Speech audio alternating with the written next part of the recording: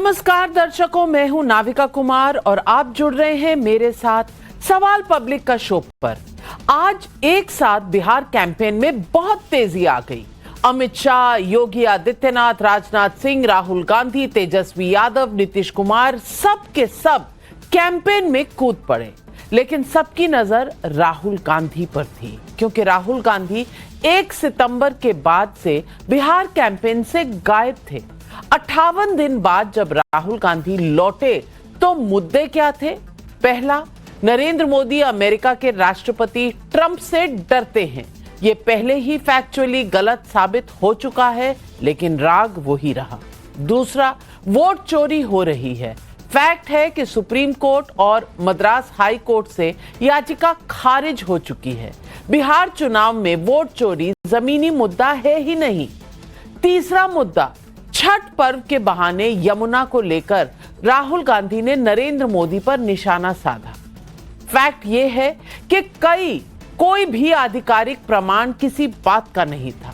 चौथा, अब सब मेड इन बिहार ही होना चाहिए। अगर ऐसा है तो कांग्रेस राज में कर्नाटक और हिमाचल में कितनी चीजों में मेड इन हिमाचल या मेड इन कर्नाटक हो गया, ये बताना चाहिए। राहुल गांधी ने ये तक कह दिया कि नरेंद्र मोदी वोट के लिए मंच पर डांस भी कर सकते हैं।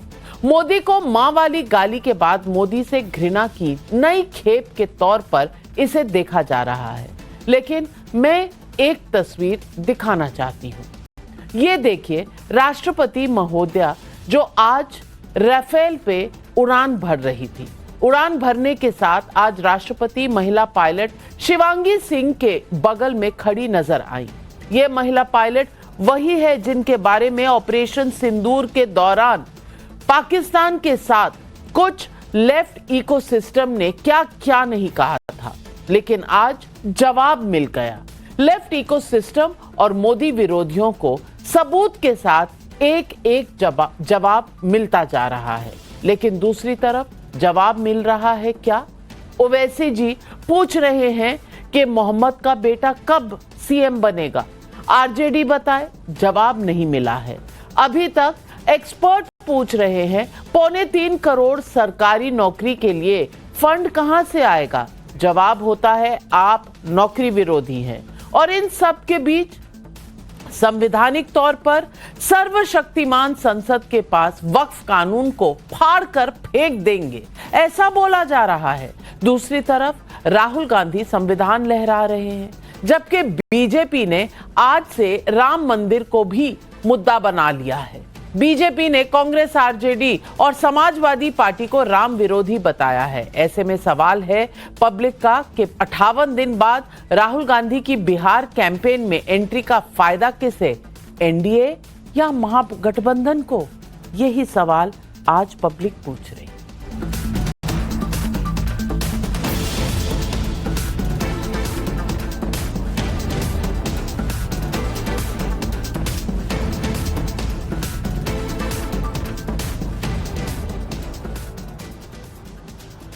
बिहार में राहुल और तेजस्वी का नैरेटिव अलग अलग है।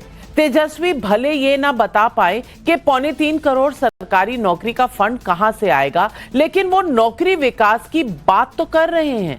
लेकिन राहुल गांधी वो तो एंट्री मारते ही सीधा ट्रंप के कंधे पर गोली चलाने लगे और ट्रंप को कंधे पर उठाकर चुनाव में ले आए। सुनिए राहुल गांधी और तेजस्वी क्या क्या कह रहे। आपसे हम वादा करके जा रहे, प्रण है, और इस प्रण को प्राण निछावर करके भी पूरा करना पड़े तो तेजस्वी करेगा। जिस घर में सरकारी नौकरी नहीं, उस घर में सरकारी नौकरी तेजस्वी देगा।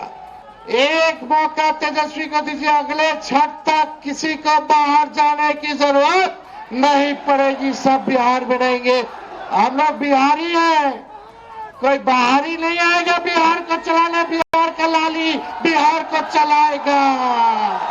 50 बार अमेरिका के राष्ट्रपति ने बोला है कि मैंने नरेंद्र मोदी को डराकर ऑपरेशन सिंदूर बंद कराया। 50 बार बोला है। नरेंद्र मोदी के मुंह से चू तक नहीं निकला। और हमारे प्रधानमंत्री ये नहीं कह सकते हैं कि नहीं, ये सच नहीं है, तुम झूठ बोल रहे हो, दम नहीं है।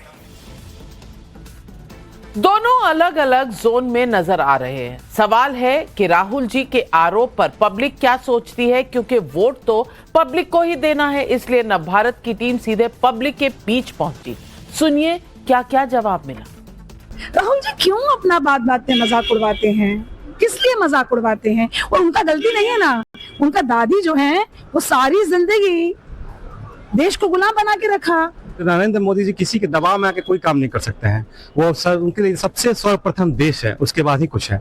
वो देश के लिए ना कभी झुकेंगे ना झुकेंगे। मतलब उसको डर नहीं कह सकते, उसको मतलब एक तरीके से डिप्लोमेसी कह सकते हैं। 2014 से मेरा ये मानना है कि 2025 तक अभी भी अपवर्ड्स एंड ऑनवर्ड्स ही, मतलब लगातार निरंतर हम लोग आगे ही बढ़े हैं। तो ये राहुल गांधी जी का कहना कि मोदी जी ट्रंप से डरते हैं, ये मुझे कहीं से भी सही नहीं लगता। राहुल गांधी ने छठ पूजा का जिक्र किया। आरोप लगाया कि दिल्ली में यमुना नदी के किनारे प्रधानमंत्री मोदी के लिए अलग से तालाब बनाकर साफ पानी के इंतजाम किए गए थे। लेकिन राहुल इस आधार पर कह रहे हैं, क्या पीएमओ ने कोई लेटर जारी किया या पीएम के जाने का कोई ऑफिशियल स्टेटमेंट आया? क्या दिल्ली सरकार की ओर से ऐसा ऑर्डर जारी हुआ? मेरी जानकारी में तो ऐसा नहीं हुआ। ऐसी रिपोर्ट्स और स्पेक्यूलेशन जरूर चली थी। फिर राहुल जी कहना क्या चाहते हैं आप खुद सुनिए। वो देखिए, एक तरफ यमुना गंदा पानी, दूसरी तरफ छोटा सा मोदी जी के लिए तालाब। एक हिंदुस्तान, मोदी जी वाला हिंदुस्तान 10 गज दूर हिंदुस्तान की सच्चाई। एक तरफ नाटक, अंबानी अदानी का हिंदुस्तान, नरेंद्र मोदी का ड्रामा, और दूसरी तरफ हिंदुस्तान की सच्चाई, गंदा पानी, बीमारी। टीवी पे आया, टीवी पे वो पाइप दिख गया, और जैसे लोगों को वो पाइप दिख गया, नरेंद्र मोदी कहते मैं तो नहीं जाऊंगा। बीजेपी ने राहुल गांधी के छठ पूजा वाले बयान को बिहार के अपमान से जोड़ दिया, जबकि मोदी वोट के लिए डांस भी कर देंगे पर दिल्ली की सीएम रेखा गुप्ता ने पलटवार किया है। मैं आपके सामने दोनों बातें रख रही हूं। मोदी जी आइए, स्टेज पे आइए, भाषण मत दीजिए, डांस कर दीजिए, हम आपको वोट देंगे, देखना कर देंगे। जो भी करवाना है करवा लो, चुनाव से पहले। चुनाव के बाद नरेंद्र मोदी नहीं दिखाई देंगे। ये महाठगबंधन के लोग, केवल उनका लक्ष्य वोट हथियाना, जनता को बेवकूफ बनाना। ये सारे के सारे लोग चोर चोर मुसैरे भाई। दूसरी तरफ आज बहुत बड़ी क्लैरिटी से गृह मंत्री अमित शाह ने बिहार कैंपेन के दौरान दे दी। उन्होंने नीतीश को लेकर क्या कहा खुद सुनिए। बिहार में ना सीएम का पद खाली है, ना दिल्ली में पीएम का पद खाली है। बिहार में नीतीश कुमार जी सीएम बनकर बैठे हैं और लालू जी, सोनिया जी दिल्ली में नरेंद्र मोदी जी प्रधानमंत्री बनकर बैठे हैं। आपका नंबर नहीं लगना है। मुझे बताओ भाई, जो लोग अपने बेटे बेटी की चिंता करे, वो बिहार के युवाओं की चिंता कर सकते हैं क्या? आज योगी भी बिहार में थे। उन्होंने यहां जंगल राज को लेकर महागठबंधन पर अटैक किया और शहाबुद्दीन के बेटे ओसामा को टिकट दिए जाने पर सवाल भी उठाया और साथ में राम मंदिर का मुद्दा भी उठाया। योगी आदित्यनाथ को सुनिए। मैं पूछना चाहता हूं, आरजेडी ने राम मंदिर के रथ को रोकने का पाप किया था। आरजेडी ने पाप किया था। कांग्रेस कहती थी कि राम तो हुए ही नहीं। इनका पार्टनर समाजवादी पार्टी उत्तर प्रदेश में राम भक्तों पर गोलियां चलाती है। ऐसे में पब्लिक पूछ रही है सवाल पब्लिक का नंबर 1। 58 दिन बाद राहुल गांधी की बिहार कैंपेन में एंट्री, महागठबंधन को फायदा या फिर नुकसान? सवाल नंबर 2, छठ पर नरेंद्र मोदी के स्नान वाले राहुल गांधी के बयान में कितनी सच्चाई? कोई फैक्ट शीट है या आरोप हवा हवाई? सवाल नंबर 3, 19% पर धर्म संकट में फंसे तेजस्वी वक्फ कार्ड लाए, बीजेपी राम मंदिर का मुद्दा लाई, आगे क्या होगा? ये सवाल आज पब्लिक पूछ रही है और इन सवालों के जवाब देने के लिए आज हमारे साथ बीजेपी के राष्ट्रीय प्रवक्ता गुरु प्रकाश जी जुड़ रहे हैं। आनंद विजय वरिष्ठ पत्रकार हमारे साथ आज जुड़ रहे हैं। तहसीन पूनावाला कांग्रेस के सपोर्टर हैं। प्रियंका भारती राष्ट्रीय प्रवक्ता है आरजेडी के। राजकुमार भाटी राष्ट्रीय प्रवक्ता समाजवादी पार्टी के और असीम वकार साहब राष्ट्रीय प्रवक्ता AIMIM के हैं। सबसे पहले तो तहसीन पूनावाला जी आपसे पूछना चाहती हूँ, 58 दिन बाद एंट्री। हमने सोचा था कि हाइड्रोजन बॉम्ब आएगा आज बिहार के अंदर, लेकिन राहुल गांधी क्या लेकर आए? एक बार और प्रधानमंत्री के खिलाफ अनाप शनाप बातें। माता जी को तो उनकी गालियां दे ही चुकी है कांग्रेस पार्टी, पर अब क्या कहा? प्रधानमंत्री मोदी डांस कर देंगे। अडानी अंबानी पर तीर चला दिए। अरे अडानी अंबानी की बात कर रहे थे अगर वहां पर, ट्रंप की बात कर रहे थे अगर वहां पर, तो इन सब सवालों का तो जवाब दे दिया। या फिर ये मैसेज सीधा तेजस्वी जी के लिए था? क्योंकि वो अंबानी वाली शादी में तो तेजस्वी जी गए थे ना, और अखिलेश जी भी गए थे। तो ये जो शादी की बात कहां से आई? लालू जी के तो 14 लोग परिवार के गए थे इस शादी में। ये मैसेज किसके लिए था? उनके साथ बैठे तेजस्वी जी के लिए या फिर प्रधानमंत्री नरेंद्र मोदी के लिए? नाविका जी, थैंक यू, आपके साथ शो में शिरकत करने का मौका मिला। जितने ये दिन बाद राहुल गांधी जी फिर से बिहार की कर्म भूमि और रणभूमि में उतरे नीचे, क्या धमाकेदार एंट्री की कि टाइम्स नाउ और टम्स नाउ भारत सिर्फ राहुल गांधी जी को ही डिस्कस कर रहा है। जब वो नहीं थे तब भी आप डिस्कस कर रहे थे, आए तब भी आप डिस्कस करें। ये दिखाता है किस तरह से आदरणीय विपक्ष के नेता ने आदरणीय माननीय प्रधानमंत्री जी को पूरी तरह से लाइमलाइट से बाहर कर दिया। दूसरी बात, ये हमारी स्ट्रेटेजी में, कल भी आपको इंग्लिश शो पे बताया था, हमारी स्ट्रेटेजी थी कि पहले धमाकेदार एंट्री की राहुल जी ने, फिर तेजस्वी जी पूरी तरह से बिहार पे, वो अब बिहार के वो मुख्यमंत्री की तरह सेट हो चुके हैं। वो वर्तमान में अब मुख्यमंत्री बनने की वो भागदौड़ संभालने के लिए वो तैयार है। और फिर से राहुल गांधी जी आए कि आदरणीय प्रधानमंत्री जाने वाले, तो राहुल जी वहां पर हैंडल करेगा और तेजस्वी जी नीतीश जी को हैंडल करेगा। तो ये हमारी स्ट्रेटेजी है। तीसरी चीज, जहां तक बात तक इसके विवाह में कौन गया, इस पर कोई विषय नहीं है। बात है कि सिर्फ कौन बड़े लोगों के शादी में जाता है और कौन बड़े लोगों की शादी में जाने के बाद तेजस्वी की तरह गरीबों के बारे में, रोजगार के बारे में, पलायन के बारे में सोचता भी। देखिए, गुरु प्रकाश जी है, मेरे बहुत अच्छे मित्र हैं। अब आप मुझे बताइए, तेजस्वी कह रहे हैं कि मैं पलायन रोकूंगा, मैं नौकरी लाऊंगा, मैं रोजगार दूंगा। भाजपा कहती है आप ये कर ही नहीं सकते। रेखा गुप्ता जी कहती है कि पिछली सरकारों ने बिहार को बर्बाद किया, तो रेखा गुप्ता जी ने कहा खुद की सरकार वहां पे चली। इसलिए तेजस्वी बात कर रहे हैं प्रगति की और भाजपा बात कर रहा है, हो ही नहीं सकता। क्योंकि सही कहा आपने, तहसीन पूनावाला जी, बहुत सही कहा आपने। तेजस्वी जी तो नौकरियों की बात कर रहे हैं, राहुल गांधी किसकी बात कर रहे हैं? ट्रंप की। अब ट्रंप के साथ क्या करने वाले हैं बिहार में मुझे नहीं पता, पर ट्रंप की बात कर रहे हैं।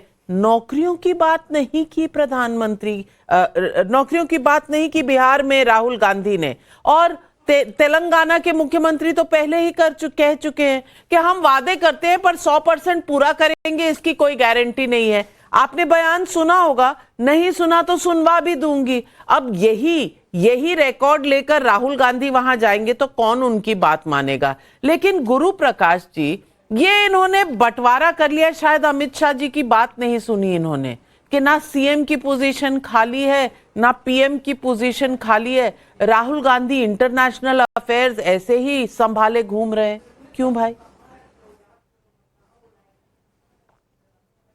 नहीं नविका जी, देखिए, पहले तो एक बिहारवासी होने के नाते और एक ऐसा परिवार होने के नाते जो परिवार पिछले 35 वर्षों से जिसके घर में छठ होता है, आज एक बिहारवासी होने के नाते मेरा मन बहुत आहत है, मेरा मन बहुत दुखी है। क्योंकि एक योजनाबद्ध तरीके से, नाविका जी आपको कल भी याद होगा कि कांग्रेस पार्टी की अधिकृत राष्ट्रीय प्रवक्ता, उन्होंने ट्वीट करके कहा था कि ये क्या नौटंकी चल रहा है, छठ नौटंकी है क्या? छठी माँ लोक आस्था का महापर्व आपको नौटंकी लगता है? और आपको अच्छा क्या लगता है? नविका जी, आप पटना आइएगा तो आप देखिएगा, आजकल यहां एक गाना चल रहा है, भैया के आवे दे सत्ता में मार देम सटा के कट्टा। ये कट्टा, छर्रा, दो नाली वाले लोग यहां नौकरी की बात करेंगे। नौकरी की बात तो होती है ना, 10 लाख नौकरी, 20 लाख नौकरी, एक शब्द बोलना भूल जाते हैं। 10 लाख में नौकरी, 20 लाख में नौकरी, जमीन के एवज में नौकरी। और ऐसा हमने नहीं कहा है, आपने भी देखा होगा 13 अक्टूबर का दिन था, दिल्ली के राउस एवेन्यू कोर्ट ने चार्जेस फ्रेम कर दिए हैं। Convicted Lalu Yadav, chargesheeted Tejashwi Yadav.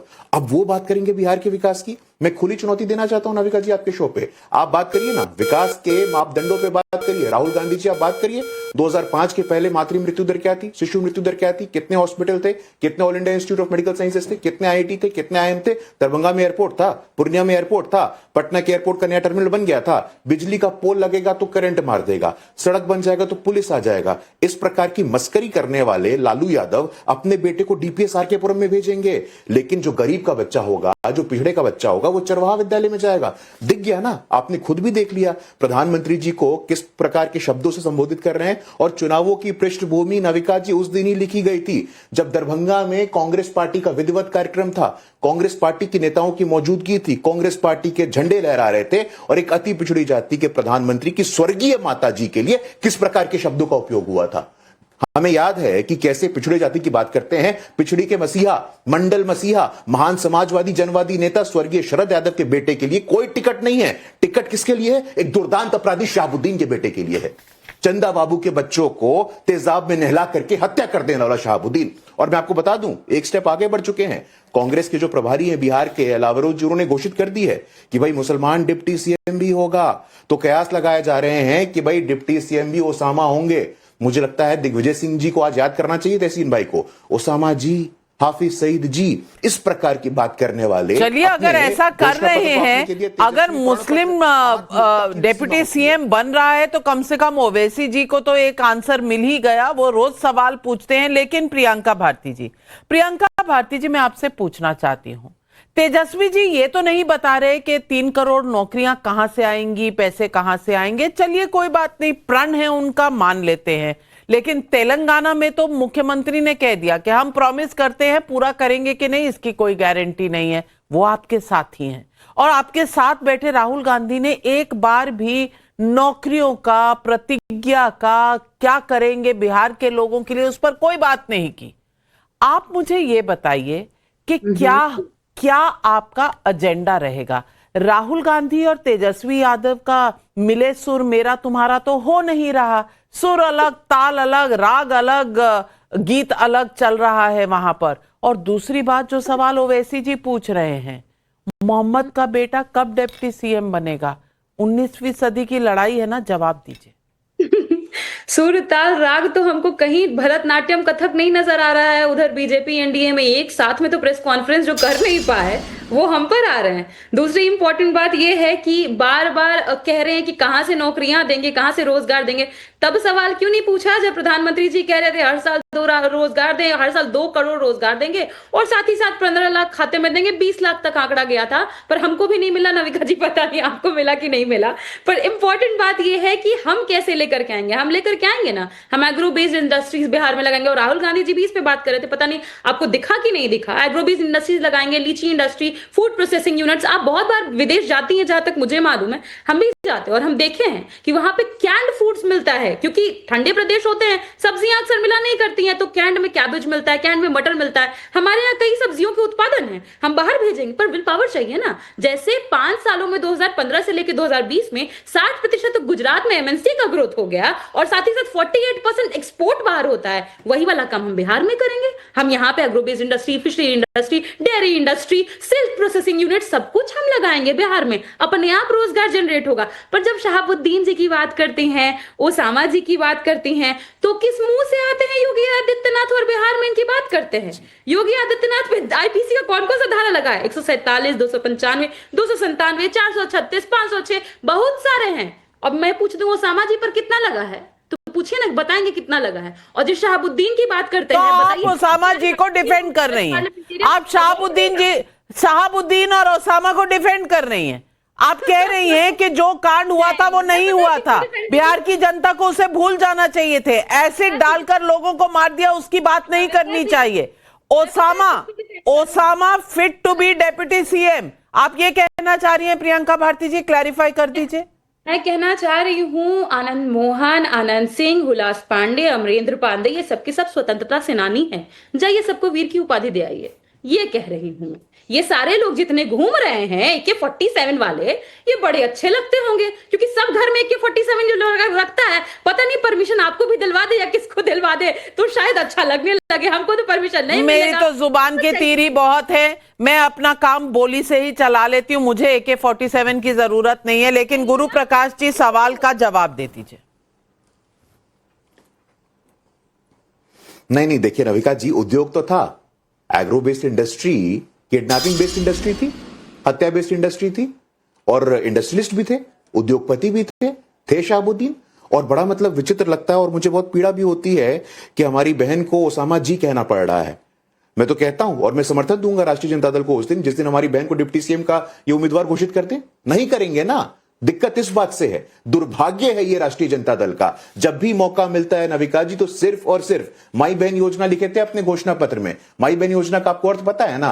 माई राबड़ी देवी नेता विधान परिषद, बहन रोहिणी लोकसभा, दूसरी बहन मीसा राज्यसभा, ये माई बहन योजना की असलियत है। और बड़ा मुझे विचित्र लगता है, नरसंहार करने वाले गांव के गांव 58 दलित 58 शिशु दलित समाज के बच्चों की नृशंस हत्या कर दी गई थी। भूल जाए शहाबुद्दीन को, हद करते हैं आप। मतलब आप लोग अंधे हो गए हैं तुष्टीकरण की राजनीति में। वक्फ का संशोधन है, संविधान के ऊपर हो गए हैं। राहुल गांधी जी तो संविधान के ऊपर हैं ही is above the rule of law. Tejashwi भी अपने आप को घोषित कर ले कि I am above the rule of law, मेरे ऊपर कोई कानून लागू नहीं होगा। तुष्टीकरण की पराकाष्ठा, तुष्टीकरण की राजनीति में इतने अंधे हो गए हैं आप लोग कि इस प्रकार की बातों को कर रहे हैं। मैं बता रहा हूं ना आपको, नविका जी आप वरिष्ठ हो, आपको याद होगा 2020 के चुनाव के नतीजे आ रहे थे, 8 नवंबर का दिन था।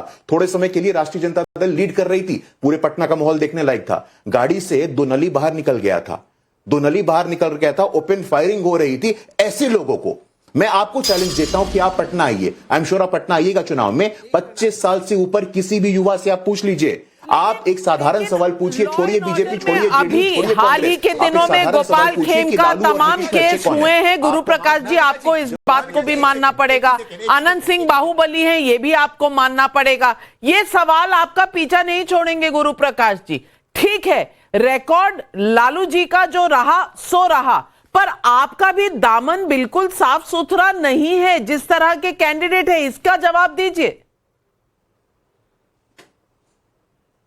नहीं मैं बिल्कुल जवाब देने को तैयार हूं। अनंत सिंह के ऊपर कोई नरसंहार का आरोप है क्या? आप अपने रिकॉर्ड को कंगालिए, अपने रिसर्च टीम को बोलिए, आप किसी के भी कहिए 2005 के पहले कितने मैसेकर्स हुए थे। मैं मैसेकर बोल रहा हूं, ये कोई साधारण शब्द नहीं है। अच्छा। और ये जो भी व्यक्ति हैं ये राष्ट्रीय जनता दल अच्छा, तो अपराध में भी रिटेल और होलसेल की बात करनी पड़ेगी। जिनका रिटेल में चल रहा है उनका ठीक है, जिनका होलसेल में चल रहा है वो ठीक नहीं है। गुरु प्रकाश जी आपसे कम से कम ये उम्मीद नहीं थी, आप पढ़े लिखे बहुत सभ्य इंसान हैं, पर इसमें होलसेल रिटेल की बात नहीं होनी चाहिए थी। चलिए, लेकिन मेरा एक सवाल है, मेरा क्या ओवैसी जी ने सवाल उठाया है, सईद असीम वकार हमारे साथ बैठे हैं, तो वकार साहब अब आपके सवालों का जवाब मिल गया क्या? राहुल गांधी ने दे दिया या तेजस्वी ने दे दिया? आप बताइए, क्योंकि वो 19% जिसके हकदार तेजस्वी जी है, राहुल गांधी जी हैं, पीके जी भी उस पर आस लगाए हैं, ओवैसी जी भी उस पर आस लगाए हैं। अब आंसर ले लीजिए।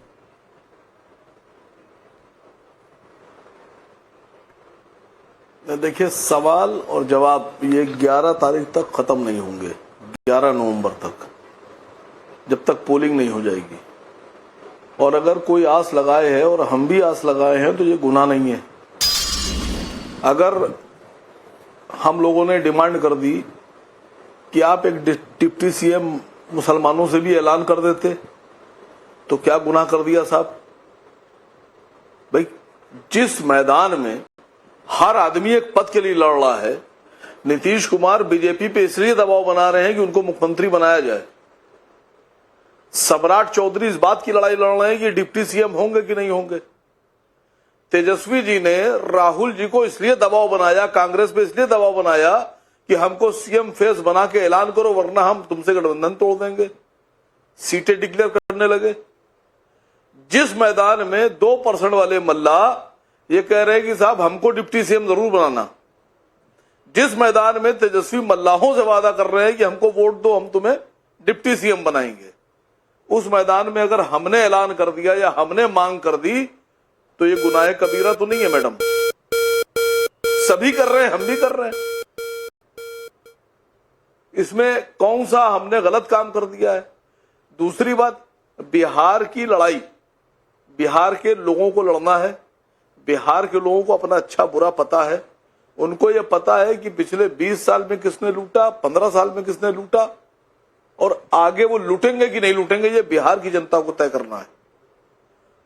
हर बच्चा, मैं समझता हूं कि सबसे ज्यादा बेहतरीन और समझदार लोग बिहार के हैं।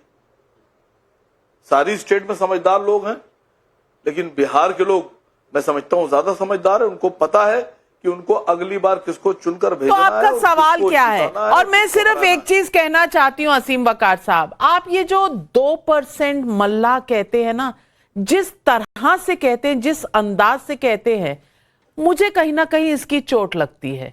चाहे वो 2% हो, 1% हो, एक आदमी हो, आप लेकिन उस आदमी का इस देश में उतना ही हक है जितना किसी और का। आप अपनी बात रख सकते हैं, लेकिन क्योंकि आपके 19% है तो 2% वाले की इज्जत नहीं है, स्टैंडिंग नहीं है, ये अंदाज मुझे सही नहीं लगता। हर आदमी सम्मानित है। आप अपना सवाल पूछिए, और आप सवाल पूछ रहे हैं तो प्रियंका भारती जी जवाब देंगी। प्रियंका भारती जी, अब बताइए, 19% के नुमाइंदे क्यों ना डेप्यूटी सीएम हो? नविका जी, हमने कब कहा कि सबसे पहली बात तो ये है कि जो 2% 3% वाला राग है, सब लोग अब अलापना बंद कर दें तो बेहतर होगा। इसलिए क्योंकि वो अति पिछड़े हैं, और अति पिछड़ों की संख्या बिहार में 36% है। और जैसा नविका जी ने कहा कि वो 2 भी हो, ओक भी हो, और आधा व्यक्ति कोई भी हो, सबको सम्मान मिलने का उतना ही हक है। और तेजस्वी जी ने तो खुद ही कहा ना कि बिहार में हमने अभी एक डेप्यूटी सीएम दिया और भी डेप्यूटी सीएम आने बाकी हैं, और इतनी तकलीफ इनको हो रही है। तो मैं एक सवाल पूछ दूंगी, जब हमने सबसे पहला जनता दल की हमारी सरकार बनी, पहले होम मिनिस्टर हमने मुस्लिम समुदाय से दिए, ओवैसी जी से पूछ के दिया था। तस्लीमुद्दीन जी को स्टेट होम मिनिस्टर बनाया था, ओवैसी से पूछ के बनाया था। वित्त मंत्री हमारे अब्दुल बारी सिद्दीकी जी थे, ओवैसी से पूछ के बनाया था। नेता प्रतिपक्ष हमारे अब्दुल बारी सिद्दीकी थे, उनसे पूछ के बनाया था। इसराइल मंसूरी जी को हमने विधायक पहली बार टिकट दिया, उसके बाद मंत्री, सीधे मंत्री उनको बनाया, वो भी क्या ओवैसी से पूछ के बनाया था। हमको किनके साथ रिप्रेजेंटेशन देना है, किनके साथ रहना है, ये तो हम खुद ही जानते हैं। हम सामाजिक न्याय प्रिय पार्टियां हैं, आपको पता है वकार जी, क्योंकि हम लोग रिप्रेजेंटेशन की जब बात करते हैं, जिसकी जितनी संख्या बढ़ी उसकी उसी हिस्सेदारी, और वो होगा ही होगा। हम सबको साथ लेके चलना जानते हैं, इसीलिए A to Z की बात करते हैं, हम किसी एक की बात नहीं करते हैं। इसीलिए मैं कहूंगी कि जब भी आप साहनी जी का नाम लेते हैं, 2% 3% बोलना बंद कीजिए। वो 36% समाज का प्रतिनिधित्व कर रहे हैं, और सबका सम्मान इस देश में बराबरी से होना चाहिए, और कुछ नहीं। लेकिन प्रियंका जी, आपने दुखती रग ही छेड़ दी। वही तो कह रहे हैं कि जिसकी जितनी संख्या भारी उसकी उतनी हिस्सेदारी। तो फिर 19% वाला तो सीएम होना चाहिए। क्यों अनंत विजय जी, 19% वाला फिर सीएम नहीं होना चाहिए क्या? यही तो ओवैसी जी कह रहे हैं। मुझे लगता है प्रियंका जी बहुत ओजस्वी वक्ता है आरजेडी की, लेकिन उनसे अभी एक सेल्फ गोल हो गया। ये बात कहने की आवश्यकता अभी नहीं थी कि जिसकी जितनी संख्या बारी उसकी उतनी हिस्सेदारी। और जब वो ये बात बोल रही थी तो वकार साहब मुस्कुरा रहे थे, तो मुझे लगा कि शायद उन्होंने सेल्फ गोल कर लिया है बिहार में। और ये नारा देने के बाद और जाति जनगणना कराने के बाद, जो जनगणना नहीं सर्वे कराने के बाद, उस समय नीतीश बाबू और तेजस्वी जी साथ थे, और उस समय करने के बाद भी अगर किसी मुसलमान को ये हिस्सेदारी नहीं मिला है तो ये चिंता का सबब तो है। चिंता के मरकज में ये बात तो रखनी ही पड़ेगी कौम के लोगों को। दूसरी बात, मैं अभी सुन रहा था, बहुत कायदे से कुछ स्वतंत्रता सेनानियों के व्यंग में नाम लिए गए। मुझे भी कुछ स्वतंत्रता सेनानियों के नाम याद आ रहे थे, चाहे वो अशोक महतो हो, चाहे वो तस्लीमुद्दीन जिनका नाम लिया बड़े गाजे बाजे के साथ, उनको गृह राज्य मंत्री बनाया गया था। उनका भी क्या इतिहास रहा है बिहार के लोग अभी भूले नहीं है। बागड़ यादव को लोग नहीं भूले। और जब ये लोग बहुत उत्साह से अनंत सिंह का नाम लेते हैं तो उनके सामने मोकामा से ही खड़े हैं, उनके पतिदेव का नाम याद आ जाता है, सूरजभान सिंह नाम है उनका। उनकी पत्नी को वहां से टिकट मिला, अशोक महतो की पत्नी को टिकट मिला। तो ये सब भी तो स्वतंत्रता सेनानी ही थे मुझे लगता है बिहार के, जिनको बहुत सारे दलों ने टिकट दिए हैं। रही बात, मैं अभी बहुत कायदे से सुन रहा था कि नौकरियां लगेगी और एग्रो बेस्ड इंडस्ट्री लगेगी और ये होगा वो होगा। ये सारी बातें इतने अच्छे लगते हैं सुनने में, और खासतौर पर टीवी स्टूडियो में, कि बिहार की जनता शायद एक बात सोचने को मजबूर हो जाएगी, अरे बहुत बढ़िया। विदेश जाके प्रियंका जी बता रही हैं कि विदेश में उन्होंने देखा था कैबेज। अब कैबेज भी थोड़ा समझाना पड़ेगा हमें, हमारे जैसे बिहार के लोग कैबेज थोड़ा देर से समझते हैं, समझा मैंने, बंद गोभी, बंद गोभी, जी बंद गोभी, तो बंद गोभी अब डब्बे में मिला करेगा, और बिहार से बंद गोभी और केले का छिलका और केले का चिप्स, अरे कितना सुहावना लग रहा है स्वप्न। मुझे तो बहुत आश्चर्य हो रहा है, और मुझे लग रहा है कि काश मुझे वापस, जब मैं पलायन करके आ गया था 90 के दशक में बिहार को छोड़कर, क्योंकि हमारी शिक्षा व्यवस्था इतनी ध्वस्त हो गई थी नविका जी की, 5 साल में ग्रेजुएशन किया और जो 3 साल का कोर्स था, तो उस ध्वस्तीकरण के बाद जो पलायन हुआ था, अब इतना अच्छा लग रहा है बिहार मुझे जाने में। और आखिरी बात कहूंगा कि बहुत कायदे से तहसीन भाई ने राहुल गांधी की एंट्री को धमाकेदार कहा। अरे भाई साहब, आज तो आप एकदम राहुल गांधी वाले मूड में है। ऐसी एंट्री को भी आप ही तहसीन भाई धमाकेदार बता सकते हैं, जहां उन्होंने भी छठी मैया का इतना बड़ा अपमान किया है बिहार में। क्षमा चाहता हूं, मुझे लगता है कि छठ मैया बहुत पवित्र देवी है बिहार की, और उनकी जो पूजा की जाती है उसमें पवित्रता का और इस तरह के वाकों का बहुत ध्यान रखा जाता है। तो मुझे लगता है अपने नेता को समझाइए। अब ये तो तेजस्वी जी को तय करना पड़ेगा कि उनका साथ दिया राहुल गांधी ने, जो फोन देखते जा रहे थे, कॉलर ठीक कर रहे थे, कुर्सी देखिए कितनी दूरी पर थी तेजस्वी जी से, वो तस्वीरें हम आपके सामने रख रहे हैं, दूरी पर थी, दोनों में कुछ खास बातचीत नहीं हो रही थी। मैं पॉलिटिकल एनालिस्ट हूं, देखती हूं ये सब चीजें, मुझे लगा कि जैसे कोई इस रास्ते जा रहा है, कोई उस रास्ते। लेकिन वकार साहब बहुत, भाटी जी आ रही हूं, वकार साहब बड़े चिंतित हैं। आज मैंने पहली बार उनको मुस्कुराते हुए देखा जब प्रियंका भारती जी ने वो कहा, जिसकी जितनी संख्या भारी। पहली बार मैंने वकार साहब को आज मुस्कुराते देखा। वकार साहब कहिए, क्या कहना चाहते हैं?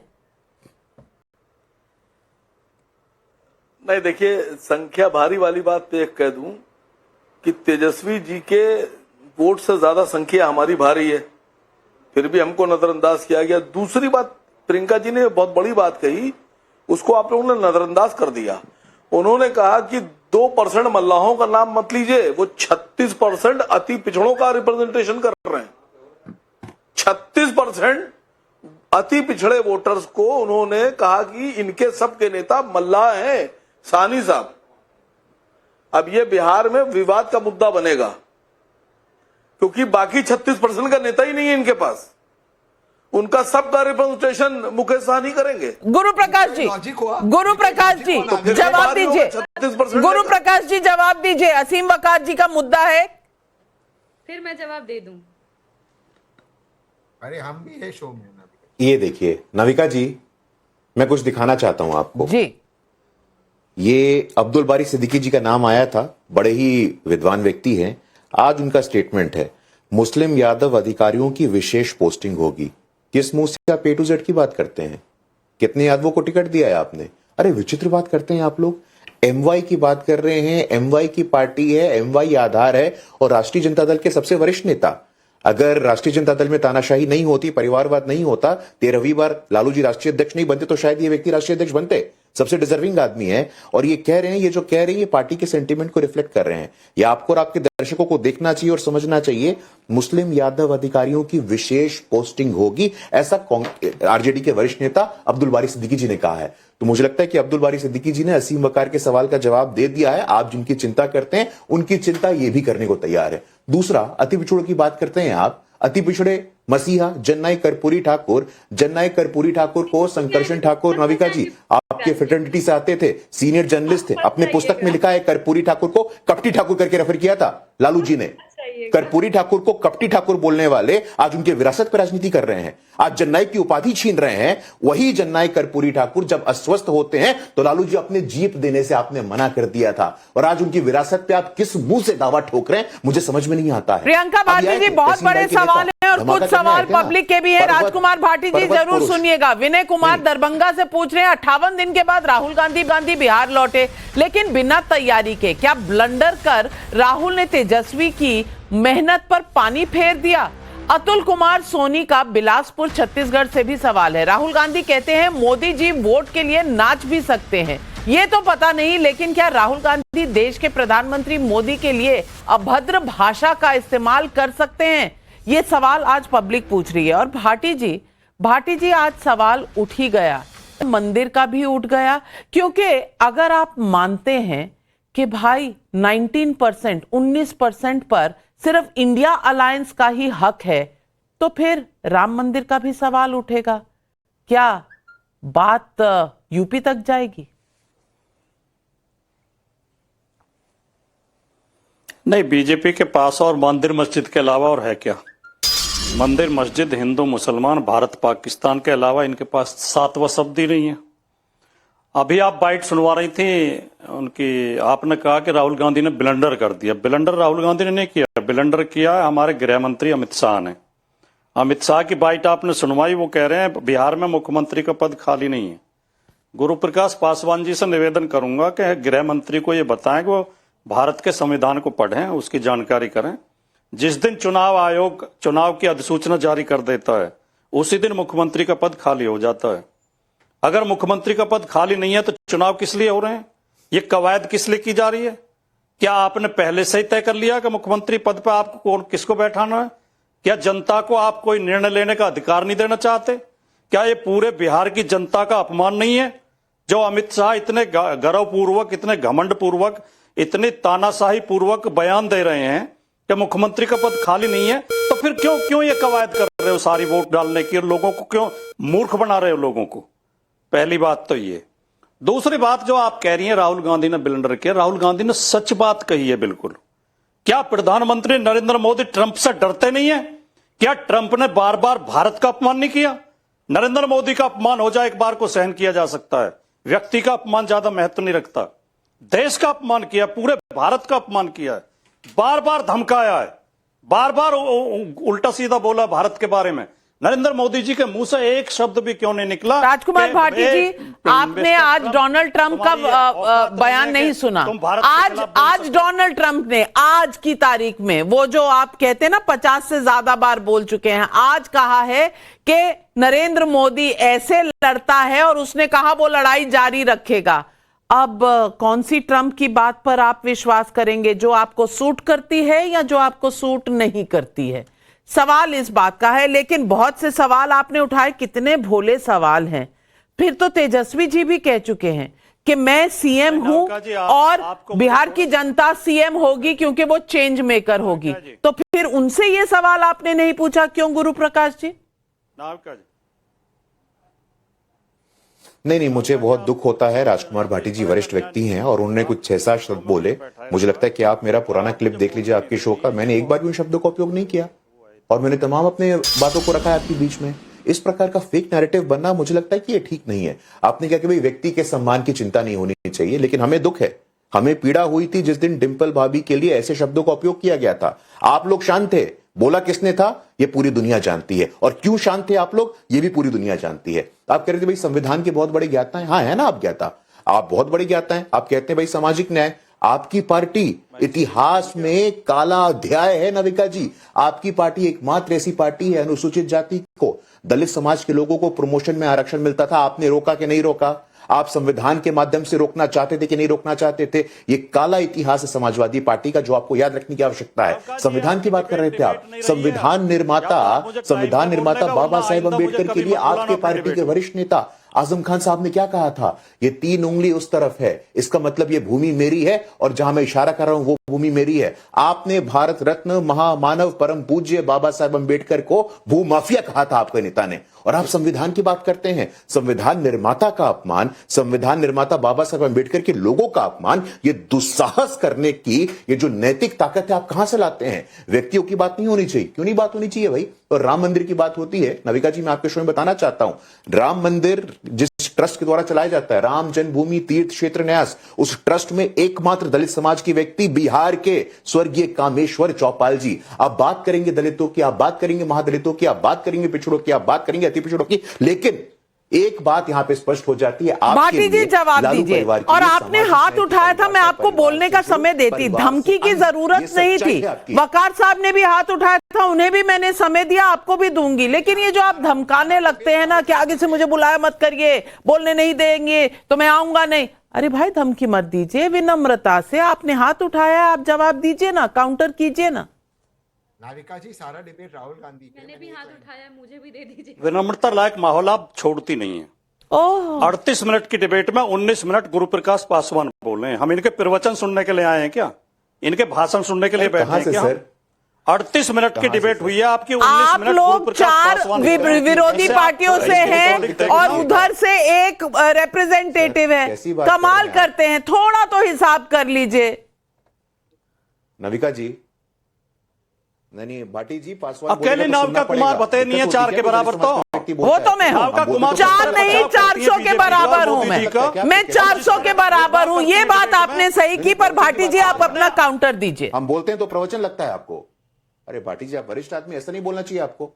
देखिए सुनिए नाविका जी, आप एंकर हैं और आपके हाथ में माइक है, तो इसका मतलब ये नहीं है कि आप विपक्ष के प्रवक्ताओं को अपमानित करेंगे और आप अपनी धौंस जमाएंगे और अपनी तानाशाही चलाएंगे। मैं बिल्कुल धौंस नहीं जमा रही हूँ। आप मेरा अपमान करेंगे तो मैं सहने वालों में से भी नहीं हूँ। नहीं, आप धौंस जमा रही हैं। नहीं, मैं बिल्कुल नहीं जमा रही। माइक आपके पास भी है और आपकी आवाज पूरी जा रही है इस चैनल पर। आपका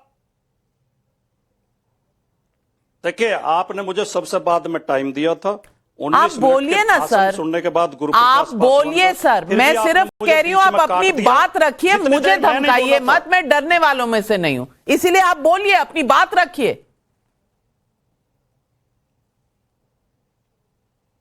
देखिए, ये आप जो इस तरह के डायलॉग बोलती है नहीं, हमारे पास कोई ऐसी पावर ही नहीं है कि हम आपको डरा सकें, लेकिन आपको तानाशाही का अधिकार भी किसी ने नहीं दिया।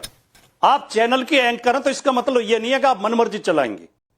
लोकतंत्र का यही तकाजा है। नैतिकता भी कोई चीज होती है, पत्रकारिता के भी कुछ मानदंड होते हैं, एंकरिंग की भी कोई आचार संहिता होती है। आप धौंस देने लगती हैं, आप धमकाने लगती हैं विपक्ष के प्रवक्ताओं। मैं धमका रही हूँ क्या? आप धमका रहे थे? विपक्ष के नेताओं को अपमानित करती हैं। बिल्कुल भी अपमानित नहीं करती राजकुमार भाटी जी। बीजेपी के राजकुमार भाटी जी, आप अपनी बात रखिए। मैंने आपको पूरा समय दिया है। अगर आप मुझे धमकाने आए हैं तो फिर आप डांटेंगे और मैं सुनूंगी। उस उम्र से मैं अब निकल चुकी हूं, मां नहीं अब दादी बन चुकी हूं। डांट सुनने नहीं आई हूं।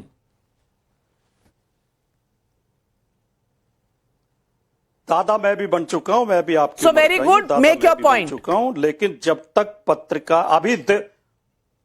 अभी भारत में लोकतंत्र बचा है, इसकी मुझे प्रसन्नता है, इसका मुझे गर्व है।